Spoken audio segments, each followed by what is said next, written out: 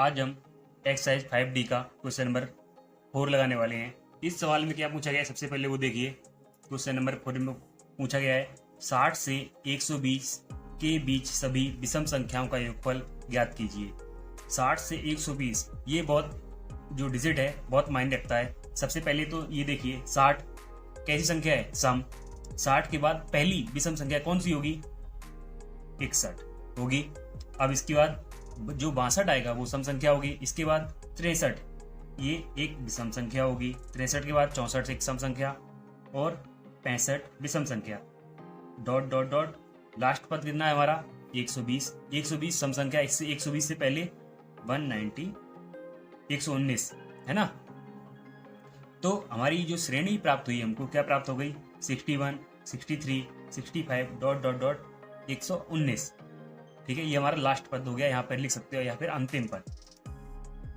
जो हमारी नई श्रेणी प्राप्त हुई है, अगर हम इसमें देखें, यहाँ पे हम लिख सकते हैं, क्या लिख सकते हैं, अतः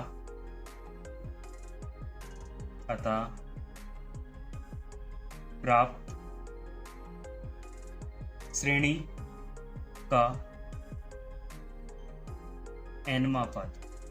जो हमारी श्रेणी प्राप्त हुई है उसका nवां पद कैसे निकालेंगे वो देखिए। हमको मालूम है nवें पद का फॉर्मूला क्या होता है, tn बराबर a plus n minus 1 into D, यही होता है। इसको कोष्टक में बंद कर देते हैं।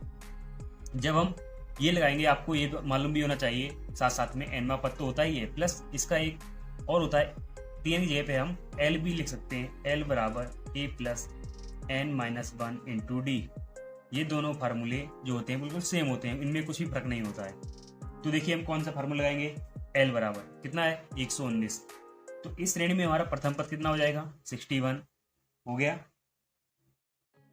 यहाँ पे लिख लेते हैं हम, इस नई श्रेणी में हमारा प्रथम पद कितना होगा, यहाँ पर देखो प्रथम पद कितना हो जाएगा, 61 हो गया प्रथम पद। इसके बाद अब जो हमारा सर्वांतर है वो क्या हो जाएगा, जो हमारा सर्वांतर है वो क्या हुआ, इसको हमेशा a से दर्शाते हैं प्रथम पद को और सर्वांतर को d से। तो ये क्या हो जाएगा, a2 माइनस a1। a2 की वैल्यू 63, a1 63 माइनस 61, 63 माइनस 61। तो d की वैल्यू आ गई आपकी 2। 63 में से 61 को माइनस करोगे तो 2 आएगा। अब हम लगाते हैं ये फार्मूला, कौन सा वाला, l बराबर a plus n minus 1 into D. तो देखिए l बराबर कितना है, 119।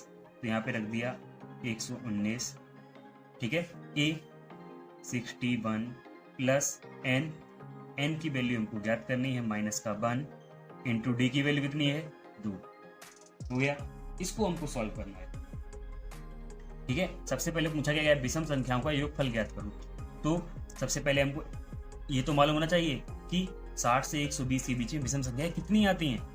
तो 119, इसको जब सॉल्व करोगे तो ये हो जाएगा 119 माइनस 61 कोष्टक में n माइनस 1 इंटू 2।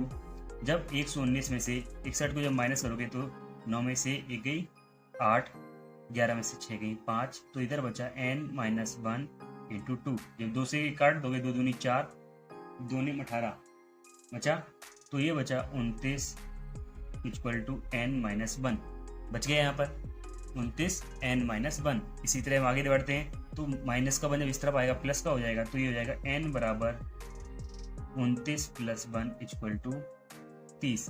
तो हमारी n की वैल्यू क्या आ गई, यहाँ पर हमारी n की वैल्यू आ गई 30। तो अब सवाल में हम करेंगे क्या, तो हमको ये अब मालूम हो गया, जो n बराबर 30 आया तो उसमें हमसे ये मालूम पड़ा कि जो 61 से लेके 119 तक जो टर्म्स हैं उनकी वैल्यू, जो हमारे टर्म्स हैं उनकी वैल्यू 30 है। तो हम क्या करेंगे, अभी श्रेणी के 30 पदों का योगफल, श्रेणी के यहाँ पर लिख देते हैं आपके लिए, श्रेणी के, या आप यहाँ ऐसे लिख सकते हो, समांतर श्रेणी के 30 पदों का योगफल।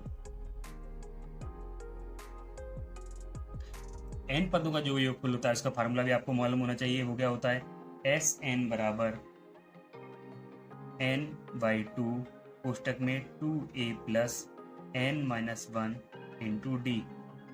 पहला फार्मूला तो ये हो गया। इसके बाद दूसरा फार्मूला एक और होता है, वो क्या होता है, एस एन बराबर n/2 कोष्टक में a प्लस एल हो गया। तो ये हमारा दूसरा फार्मूला हो गया। अब हमको ये देखना है कि हमारे जो दो फार्मूले हैं इनमें से हम कौन सा फार्मूला लगा सकते हैं। तो देखिए हमको L की वैल्यू दी गई है 119 और A की वैल्यू हमको मालूम है ना 61 और N बराबर 30 टर्म्स है हमारे। तो अब कौन सा लगाएंगे, तो हम अपना ये छोटा वाला फार्मूला लगा लेते हैं। तो यहाँ पे जब रखोगे इसमें S30 बराबर, तो N की वैल्यू कितनी है 30/2 कोष्टक में A की वैल्यू 61 क्योंकि पहला पद प्लस L की वैल्यू कितनी है 119। देखो ये कट जाएगा 15 दूनी 30, या फिर ऐसे काट दो, 1 कम 2 10, 2 पंचे 10। इसको सॉल्व करो 15 कोष्टक में 61 प्लस 119, तो इसको जब जोड़ोगे 15 कोष्टक में आ जाएगा 60, ये 20 हो गया, 20 और 60। देखो जब कुछ ऐसी चीजें आती हैं 61 और 119 आया, 61 और 119, तो यहाँ अगर यहाँ 60 कर दो, एक इस तरफ जोड़ दो तो कितना होगा 120। 120 में 60 आसानी से आप जोड़ सकते हो, कितना हो जाएगा 120 और 60 180 है ना। तो 15 का जब मल्टीप्लाई 180 में करोगे आप, सबसे पहले 0 रख दो यहाँ पर, ठीक है। 15 8 120, 12 कैरी गए यहाँ पर, तो 12 कैरी जाने के बाद अब क्या होगा 15 एकम 15 और 12, 15 और 12 27। ये हमारा आंसर आ गया। इजी सवाल था बिल्कुल, है ना। तो हम यहाँ लिख सकते हैं, यहाँ पे हम क्या लिख सकते हैं इस सवाल के लिए, अतः इस सवाल के लिए हम यहाँ क्या लिख सकते हैं, अतः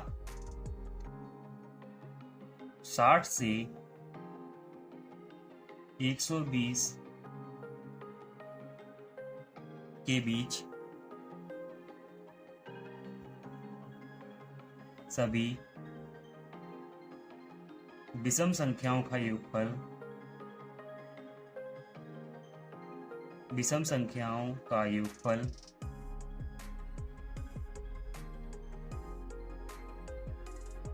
कितना 2700 होगा, ठीक है। 60 से 120 के बीच सभी विषम संख्याओं का योगफल 2700 होगा, ठीक है। ये हमारा सवाल कंप्लीट हो चुका है। इसके बाद अपने नेक्स्ट सवाल में मिलते हैं।